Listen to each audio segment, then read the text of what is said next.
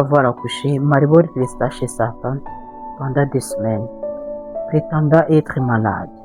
Elle passait ses journées allongées, pleurant en se souvenant de tout ce qu'elle avait vécu et dans quoi elle avait joué un rôle. La 3e année, elle avait échoué de manière inattendue à l'examen de fin du tronc commun, alors qu'elle était considérée comme une élève brillante dans son école.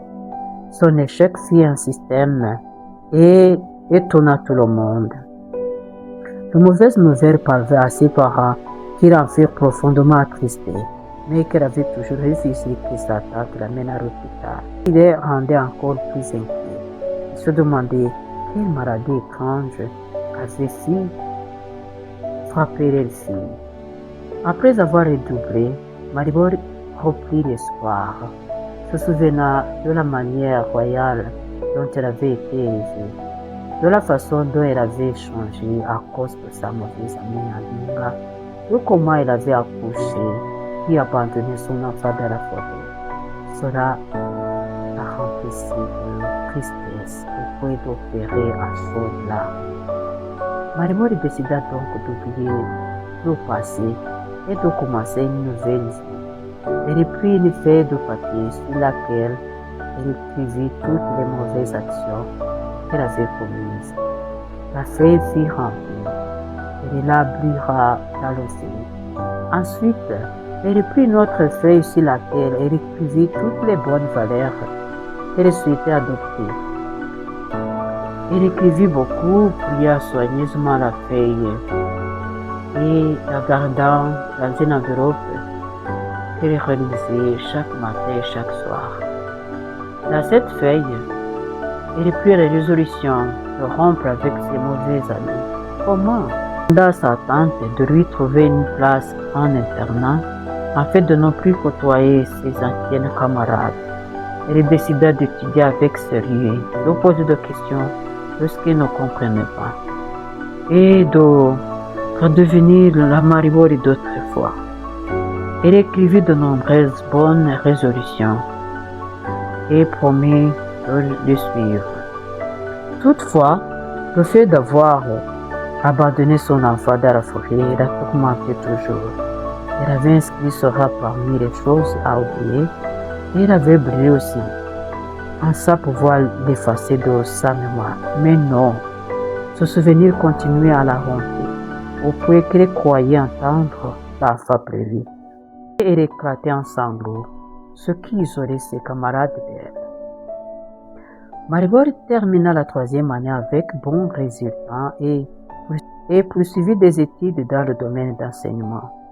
Elle choisit l'éducation en se disant qu'après ses études, elle demanderait à devenir enseignante, espérant que peut-être la personne ayant trouvé son enfant l'amènerait à l'école et il pourrait reconnaître. Si je ne le retrouve ni à l'école ni à l'orphelinat, alors il sera sûrement mort. Maribor devint très brillante. Après avoir terminé le secondaire, elle poursuivit ses études à l'université en éducation. Une fois diplômée, elle demanda un poste dans la région du Sud, près de l'endroit où elle avait abandonné l'enfant. Elle se disait qu'elle entendrait peut-être parler d'un enfant trouvé dans la forêt par le bienfaiteur ou pire, dévoré par des bêtes sauvages. Elle ne reçut aucune information car beaucoup de temps s'était écoulé depuis les faits et l'histoire était oubliée. Après un certain temps, en tant qu'enseignante, elle gagna la confiance de tous et devint directrice de l'école. Un jour, une maladie étrange frappa son établissement. Les enfants souffraient de maux de tête, de vomissements et avaient une forte fièvre. Beaucoup d'élèves furent touchés. Et 5 d'entre eux furent si gravement atteints qu'ils durent être transférés dans un grand hôpital à Kigali. Pour le transfert à l'hôpital, les enfants furent emmenés dans la voiture de la directrice. Leurs parents arrêtés et rejoignirent à l'hôpital. La directrice Maribori devait suivre de près l'évolution de la situation et découvrir la cause de cette épidémie. Elle ne restait pas sur place, mais elle rendait souvent visite. Une semaine plus tard, les enfants commencèrent à se rétablir. Les médecins firent tout leur possible et l'épidémie ne fit pas de victimes. Alors qu'il venait d'être déclaré hors de danger, Maribori alla leur rendre visite. Un des parents demanda à Maribori de l'accompagner pour remercier le médecin qui avait pris soin des enfants. Un expert en maladies épidémiques. À leur sortie du bureau, le parent observa bien le docteur Gatete et la directrice Maribori, constata qu'ils se ressemblaient beaucoup. Il leur demanda s'ils avaient un lien de parenté. Ils nièrent tous les deux. Maribori affirma être originaire de l'Est, tandis que Gatete disait venir du Sud. Le parent leur demanda de poser pour une photo, ce qu'ils acceptèrent avant de prendre le congé. À peine dehors, Maribori sentit un malaise intérieur. Elle dit aux parents qu'elle retournait voir le médecin. Lorsqu'elle parla à Gatete, elle fut convaincue sans l'ombre d'un doute qu'il s'agissait de son fils. Elle fondit à larmes, se rappela de nombreuses fois où elle avait voulu le tuer, l'avoir abandonné dans la forêt et le voyant maintenant devenir un homme accompli.